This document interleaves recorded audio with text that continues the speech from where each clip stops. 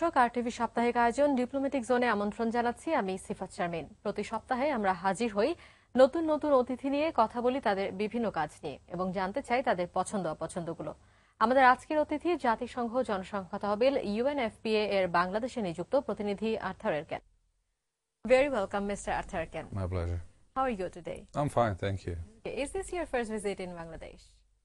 Yeah, when I came here in July of 2007, it was the first time. I'd never been here before. So I've been here now almost 5 years. Okay, in Bangladesh, which one does you like most, usually in food? Well, what I like most from Bangladesh is actually its people, I have to say. Despite being a very populous country, people are always smiling, people are always friendly. So I think one of the main features of Bangladesh that I like most is actually its people. When it comes to food, it's obviously, of course, rice and dal, which is something I really like, and of course the hilsha fish, when it is done well, I very much like. So, but overall, it's a very nice country to be in, really. Okay, thank you very much to hear this from you. Okay, so can you please share with us about your family members? I'm here in Bangladesh with my wife and 2 daughters. My wife works also for an American NGO, but which has a local branch here in Bangladesh and works on issues related to women's health and family planning. It's called Gender Health. Okay. And she's technical director there. And we have 2 daughters. Okay. They are now 12 and 9.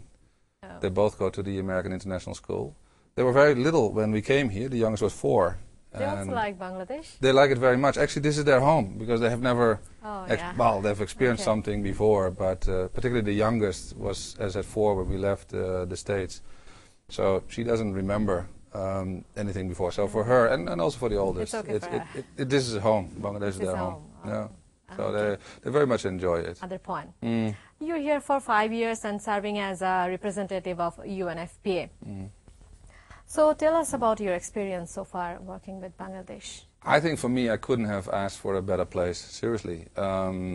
It has been a wonderful experience. It continues to be a wonderful experience to work here as the head of UNFPA, particularly when you work on the issues that we work on, population growth, family planning, reproductive health care, gender equality. This is probably the country you want to go and you want to work in. So it has so far been really a fantastic experience, professionally and privately also. And also because this is a country that takes these issues very seriously. There are many countries where there's population pressure and population growth, where it is far more difficult for my colleagues to bring that issue up. Not in Bangladesh. Here it is very much, a topic or topics that we can address, where there's high-level commitment and high-level interest in these issues, and so you can really be productive in this country, and that makes it very rewarding.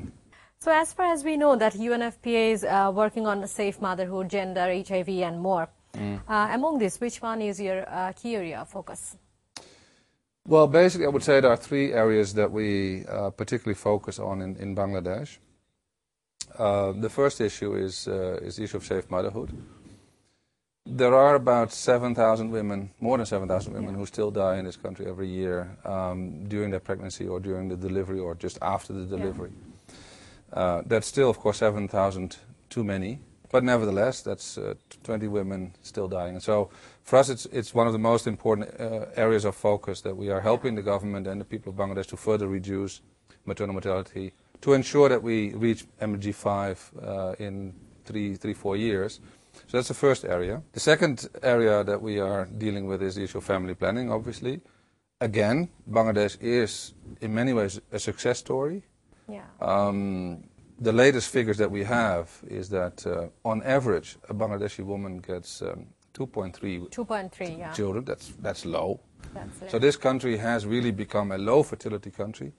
Everyone thinks of Bangladesh always like a high fertility country, but you have a large population size, but the average number of children is actually very low. So that is a success story. The issue there is that there are still areas in the country that are not yet benefiting from that national trend. In other words, There's still areas where the fertility is much higher than the national average, and that is a focus area for us to make sure that also these people living in those areas do get the services, do get the information, to ensure that they can regulate their fertility in the way they would like to do. And the third area, I would say, of our attention has to do with gender equality. And it might actually increase even more, and there are reasons for it. But yeah, this is an area that we want to work with the government to make sure that women are being respected, girls are being respected, not being teased. So that's the third area of focus that we are dealing with.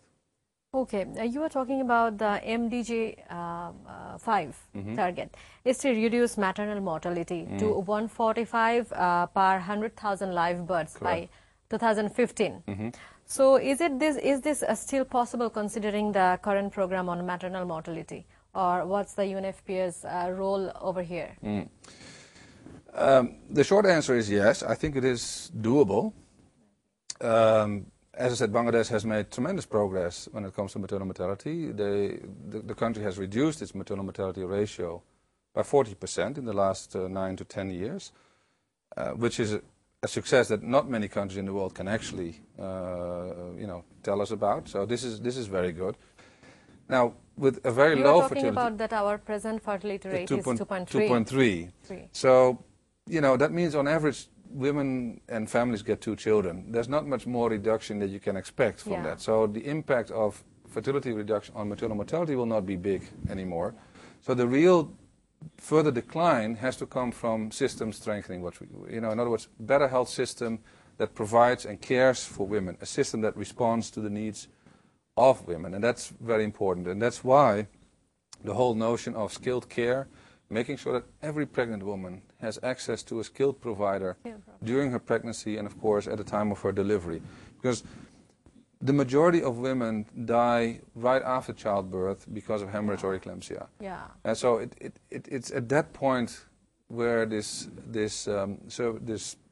healthcare providers are so much needed. And this country started in the early 2003, a program called Community Skilled Birth Attendants.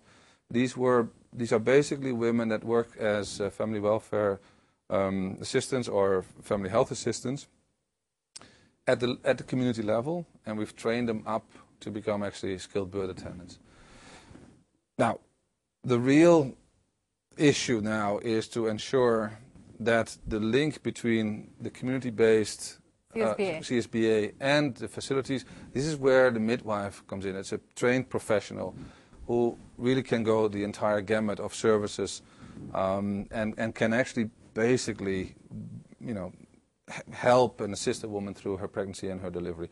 And of course, that needs to be backed up by a system, a facility that can help out when the delivery in the end does go wrong. And 15% of the cases, 1/5, does create a complication. But midwives are actually the bridge, if you will, between the community and the facility. And this is where it is so important. And this is why we in UNFPA are so happy to see the government taking that step. Not to downplay community skilled birth attendants, not to downplay the role that nurses and doctors play, but just to say you're missing something in the middle. And that the government has now taken action, or the Prime Minister herself actually. She went to the UN in 2010 and announced that 3,000 midwives will be trained. This is not enough. We need much more, but it's a good start. Okay, you talked about CSBA and SBA. Yeah. So do you think that partners or husband and family members has any role over here to save the women's life? They have a very important role. Men in particular, and probably mothers-in-law also. And the reason is because, of course, they make the main decisions. They are the main decision makers in family. And what happens a lot is, of course, that when a delivery is normal, it's actually no problem. You can do it at home, and hopefully there's someone at the bedside of a woman to help her. It's particularly when it goes wrong, the family has to make a decision. Are we moving her to the clinic? Does someone call an ambulance? Do we have money for transportation? Do we have money for services in the facility? And this is often not the woman who makes the decision. It's probably the husband Husband or and the his mother. Mother-in-law, yeah. Now, if they are not aware how important it is, if they are not willing to invest in the health of their wives or daughter-in-law, Maybe the mother-in-laws are not used to with that well, procedure, that's why. that might be indeed one of the main reasons that they are not, they probably themselves went through a normal delivery and said, well, what's the problem?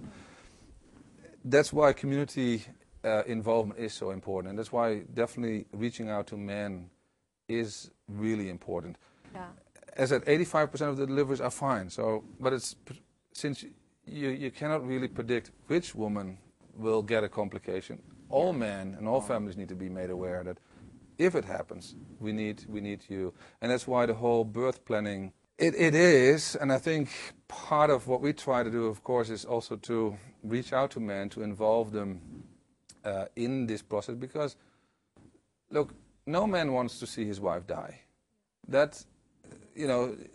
So we want to appeal to that and saying, look, you will be left behind with your children. Your children. No one wants that. So if something happens, you better make sure that you support your wife prior, and of course make sure you have some money ready or some transportation ready to go to the hospital to make sure that your wife survives the pregnancy. And for 7,000 women, they're not surviving, and that's a lot. Okay, Arthur, we will talk about more.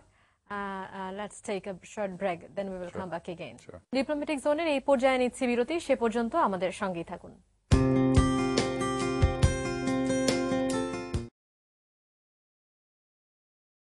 আবারও আমন্ত্রণ diplomatic zone অনুষ্ঠানে। কথা বলছিলাম জাতিসংঘ জনসংখ্যা তহবিল UNFPA এর বাংলাদেশে নিযুক্ত প্রতিনিধি আর্থার এরকেনের সঙ্গে। Welcome again. Thank you. So earlier of this program, you were talking about violence against women. So now let's talk about the women issue. What is the status of women in Bangladesh?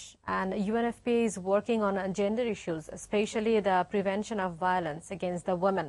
So do you think it is increasing, and what are the main reasons for violence against the women? Well, first, with your first question, what's the status of women? I think many people will say, if they look at Bangladesh, that a lot of changes have taken place for the good when it comes to women's status. I think more and more girls are in school, are completing their education. When you deal with political participation, when you deal with women in high-level positions in both in government but also in private sector, I think lots of good things have appeared in Bangladesh when it comes to that. I think what hasn't yet happened is, of course, that the decision-making power of girls and women is increasing. Is not so much increasing, probably. Despite the advances that they make, still a lot of the lives of women are still being determined by their parents, and later on when they're married, by their in-laws and by their husbands. So even though we see this positive move, there are still areas where probably women would be better off when they are able to decide themselves on how they want to live their lives with their partners, with their husbands and so on, in their families. So I think that is an issue that warrants attention. But I do think there is an upward trend even to that. I think if I talk to people who were here 10, 15 years ago, they see a huge change in that. And of course, if you look at the garment industry, 4 million women being employed. So that's really huge. I have a feeling that the violence against women is increasing, partly because of better reporting. So partly we know more about it because people report better. But also I think societies that go through rapid socio-economic change, which is what Bangladesh is experiencing right now, and where women are in a very short period of time are integrated into the mainstream of society and into the economy, we men tend to be very uncomfortable with that. So while this violence was probably in the past very much located in the house, and no one saw it, now this violence has partly also become part of the public domain. Women are being harassed on the bus, on the way to work, being teased, acid is being thrown because they decline a love request from some lover.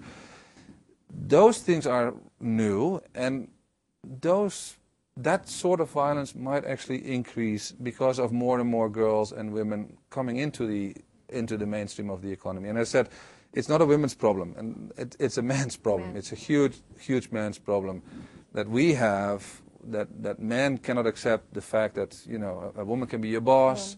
Once she finishes school, let's marry her off, because then we don't have that stress anymore, because we never know what will happen with our girls. So the whole issue of security is something we really need to address, so that parents have another way of being secure that their girls, their daughters are not being harassed, and yet can still continue education or can marry at a time that they want to marry and they are ready for it, rather than the parents saying, you know, you're 16, you're 17, probably you should marry.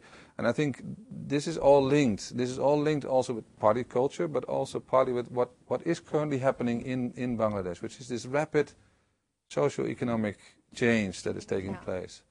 So my prediction is that probably the violence will increase to at some point, of course, it will level up, hopefully, because men are finally accepting that women have their rights, have the right to be, working and get their place in the workforce and have a career. And on top of it, have a family. I mean, these things you can, of course, combine and be good partners to their family members and to their husband and so on and so forth. But it will take some time, I guess. At this position, UNFPA has done a lot of advocacy activities for promotion of safe motherhood, prevention of violence against women. How it was benefited for the people? The people of Bangladesh. With issues related to maternal mortality, safe motherhood, violence against women, family planning. Try to do is actually to be a catalyst, to advocate for certain issues with government, with civil society. I think one of the good examples was this issue of the role of boys and men when it comes to violence. For a long time, the programs that were done were always related to violence against women, were done with women. And I think one of the things we've been trying to tell the government and our partners is to say, look, what you really need to do if you want to address violence against women is actually dealing with boys and with men. They are the real target. And I think this is a good example of how a development partner works with government. The solutions have to come from Bangladeshis. It's your country. I cannot prescribe. But what we can do is give ideas, provide a little bit of technical assistance to say, well, why don't we try this and see what other countries have done, what we can learn.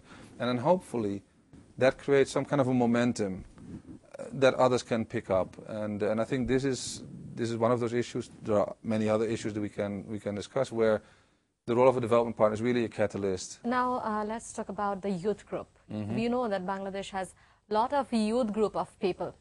So what will be their contribution to increase the population of Bangladesh?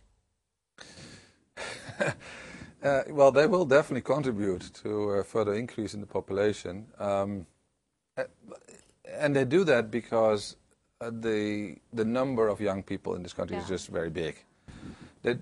As I said, they will probably get not more than 2 children when they marry and get children. So they will have smaller families than their parents had and their grandparents had. But because the base is so big, they will contribute to population growth. But I think what is important is the young people of Bangladesh, and I meet many of them, they are lively, they have ideas. They are really the future of Bangladesh. If we really invest in them, in quality education, in quality health care, they will bring this country forward. I have no doubt about that. It's a vibrant society in general, but particularly young people, they're hooked to the global environment they're in. They're entrepreneurial, they're enthusiastic. So yes, the Bangladesh population will continue to grow. We have 150 million people or so in this country. It will probably increase to 200 million. It's inevitable, it will happen. But I think with the right investment in particularly our younger children and our younger generation, I have really high hopes for this country. Also, when this country became independent in 1971, we had 75 million people in this country. We have, let's say, 150 now. So we have a doubling of the population in the last 40 years. But we also have a tripling of the food production. We have less mortality. We have more children being educated. So despite this increase in population, you did very well. So there's no reason to believe why that cannot continue. So I have really no doubt that the younger generation of Bangladesh will be really the force of change for this country and for the good. Okay, we are at the end of the program. So lastly, I want to ask you that where would you like to see Bangladesh after 10 years, and what's your future plan to go as a representative or any other higher position? Well, I think my hope for Bangladesh is the same as I think for all of you, and that is that this country will prosper even more. The ambition is to become a middle-income country in 10 years' time, by 2021, at the 50th anniversary of this beautiful nation. So I hope, as all of you do, that happens. I think it is entirely doable. So I would love to come back in 10 years' time to actually see whether that indeed happened. But I've no reason to believe that Bangladesh is not capable of doing so. So I wish, of course, this country all the best to achieve that stage, and that really we bring everyone into the mainstream of development. And I think what Bangladesh has to guard for is that the divide between the rich and the poor doesn't get wider. So when we move toward the economic ladder up and towards middle-income states, that we don't forget the ultra-poor, because that divide should not, become bigger, but actually should become smaller. As to my own future, I don't know. We are, of course, passers-by. We go to a country, we live there for some time, and then we go to the next country. So I love being a UNFPA representative. I think it is a very rewarding and very stimulating job to have, to direct a team of experts, to help the government, to help civil society, to help the people do something. I always tell my staff, working for the UN is not just your ordinary work. It's really a mission. You do this because you truly believe in these issues. And I truly believe in issues related to maternal health, to family planning, to gender equality. And if I, in 10 years' time, still do this, I would be more than happy. Okay. Hope to see you at the 50th anniversary of Bangladesh. That would be my pleasure, really. Okay, thank you. Thank you. Thank you very much for being with us and give us your valuable time. Thank you. My pleasure. Thank you so much for having me. দর্শক, শেষ করছি আজকের diplomatic zone. আগামীতে আবার দেখা হবে নতুন কোনো অতিথির সঙ্গে। সে পর্যন্ত সবাই ভালো থাকুন, সুস্থ থাকুন। ধন্যবাদ।